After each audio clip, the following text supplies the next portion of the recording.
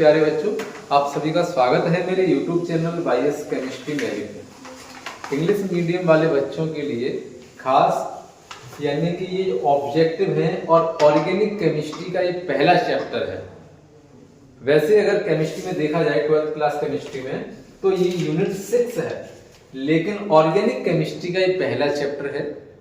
अगर जिन बच्चों को ऑर्गेनिक केमिस्ट्री के फिलिंग द ब्लैंक्स में, मल्टीपल चॉइस में, मैचिंग में, ट्रू फॉल्स में और वन वर्ड्स में कोई भी परेशानी है, अगर ज्यादा से ज्यादा बच्चे आप लोग इनको कवर नहीं कर पाते हैं, ऑब्जेक्टिवों में आपको परेशानी आ रही है, तो आप बिलीव करिए, आप भरोसा करिए, आप कम से कम जितने मैं ऑब्जेक्टिव करा रहा हूं आप उनको कंप्लीट पूरा कर लीजिए।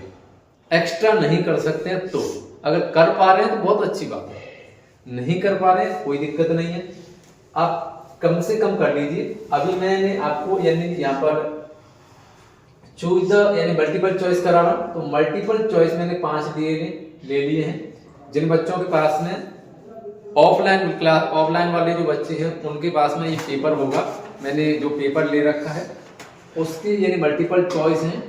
जिन बच्चों के पास नहीं है मैं साइड हो जाऊंगा, इनको नोट कर लें और इनको कंप्लीट याद कर लें। ज्यादा नहीं कर पा रहे कोई दिक्कत नहीं, कम से कम तो कर लीजिए। एक चैप्टर में से आप 20-25 ऑब्जेक्टिव नहीं कर पा रहे हैं तो बहुत शर्म की बात है।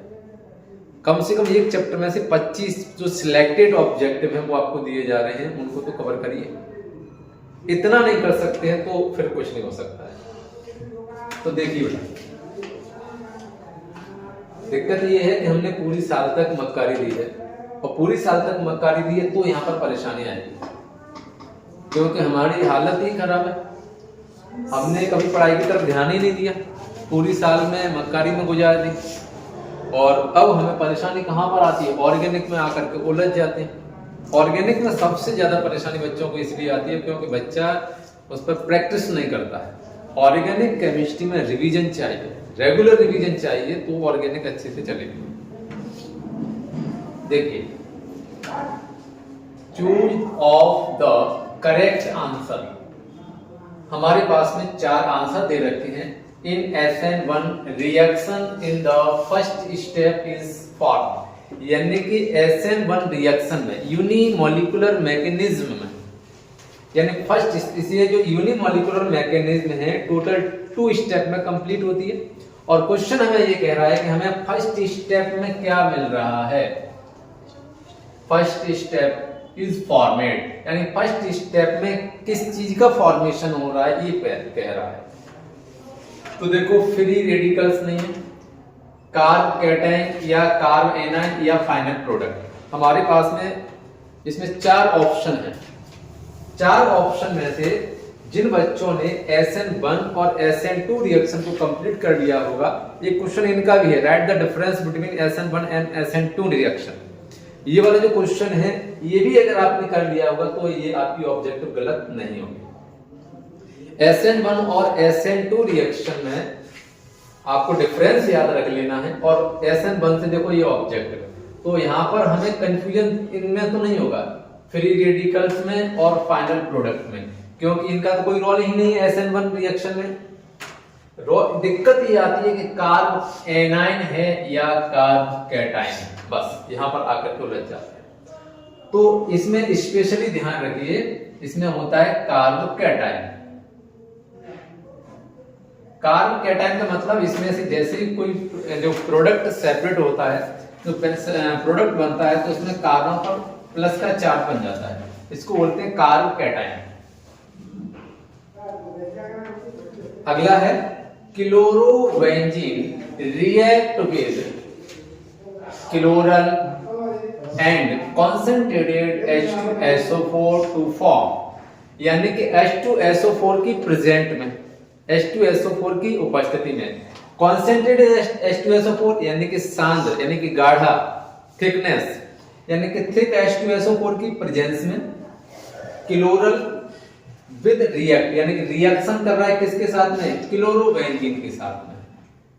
अगर आप बच्चों ने अगर ये रिएक्शन पढ़ रखी है, जैसे PVC polyvinyl chloride, TNT ट्राइनाइट्रोटोलुईन, BSC यानी कि बेंजीन हेक्साक्लोराइड और DDT।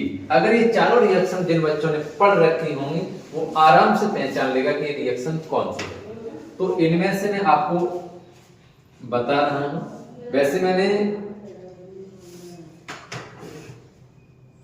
एक रिएक्शन करवाई थी DDT वाली, और DDT वाली रिएक्शन में मैंने आप लोगों को बताया था कि इसमें यानी क्लोरोबेंजीन और क्लोरल, देखो थोड़ा सा यहाँ पे बताने की कोशिश करता हूँ।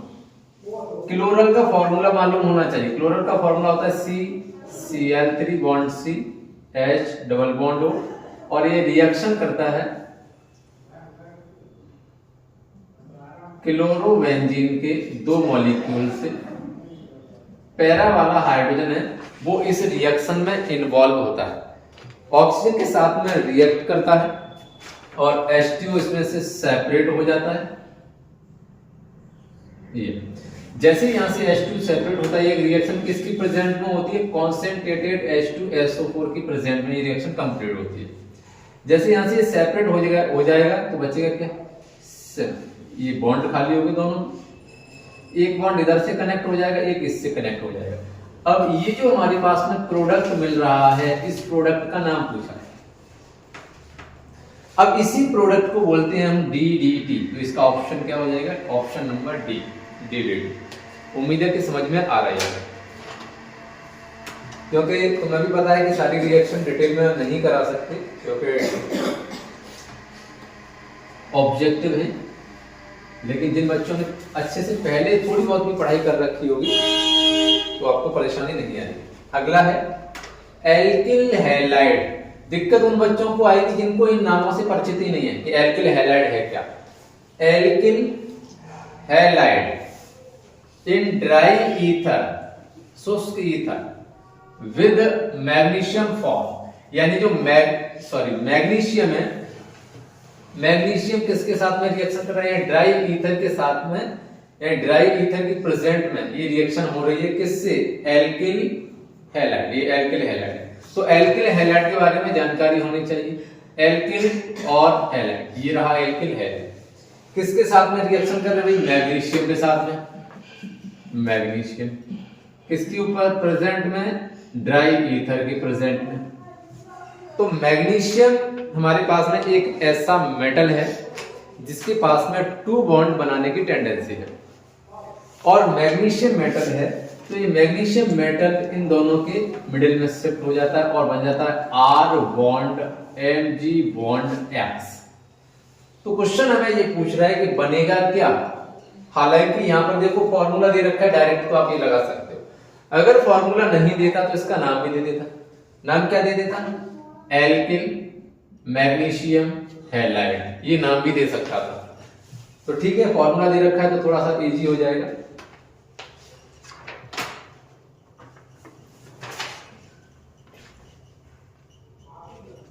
जिन बच्चों ने ऑब्जेक्टिवों में परेशानी आ रही, जिन बच्चों को, वो इन ऑब्जेक्टिवों को कंप्लीट कर दे। अगला है which has maximum dipole moment. ये क्वेश्चन पूछा जाता है, कई बार पूछा गया।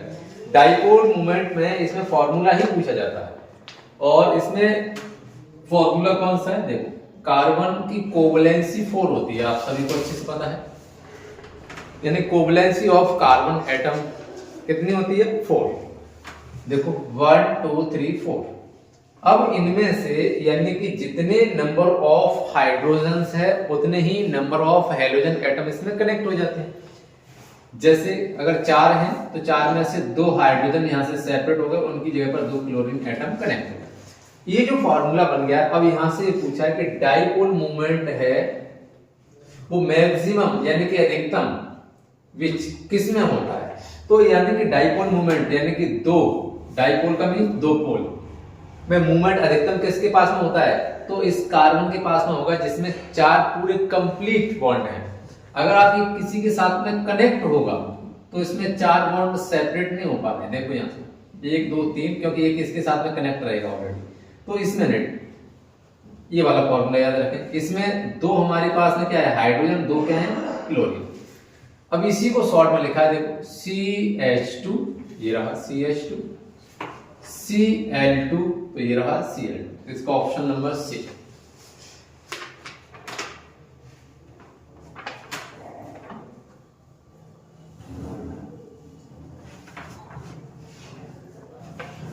अगला है which of the following will be undergo SN1 reaction most radially, यानी कि इसमें से SN1 रिएक्शन है उसमें कौन इन्वॉल्व होता है। अब दिक्कत है कि सारे फॉर्मूले एक जैसे, देखो अगर आप इसको देखेंगे तो अगर इसकी भी स्ट्रक्चर में इस फॉर्मूले में इस फॉर्मूले में इस फॉर्मूले में इस फॉर्मूले चारों फॉर्मूले में सिर्फ और सिर्फ चेंज है तो सिर्फ किसका, हेलोजन एटम का। हेलोजन एटम देखो इधर क्या है फ्लोरीन, इधर क्या है आयोडीन, इधर क्या है ब्रोमीन, इधर क्या है क्लोरीन। बाद में इधर भी CH3 का whole thrice CH3 whole thrice CH3 whole thrice CH3 whole thrice, सब में एक जैसा है, इधर भी कार्बन इधर कार्बन कार्बन कार्बन। दिक्कत है हमें ये सभी फॉर्मूले एक जैसे लगते हैं, तो स्पेशली आप इस केस को याद रखें, वो है ये वाला जिसमें आयोडीन है, बस उसी को लेना है और किसी को नहीं लिखना है। किसमें, SN1 रिएक्शन में। आप इनको कंप्लीट कर लें, जिन बच्चों के पास नहीं है वो इनको नोट कर लें। मैं साइड हो जाता हूं। Thank you for watching.